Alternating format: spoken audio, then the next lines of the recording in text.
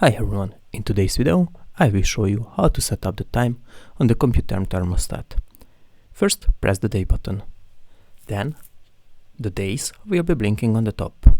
With the plus and the minus button you can adjust the days. For me, the Thursday is correct. Then press the day again.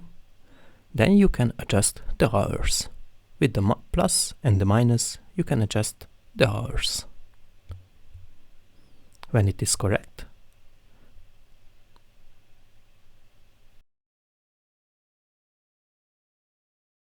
then press the day again to adjust the minutes.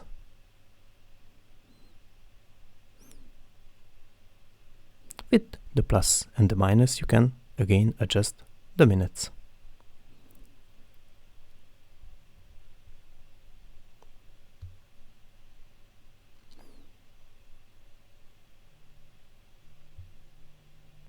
Once you are done, press the set button in order to save your configuration. And with that, you can adjust your hours, your days and the minutes on the COMPUTHERM thermostat. Hit the like and the subscribe button.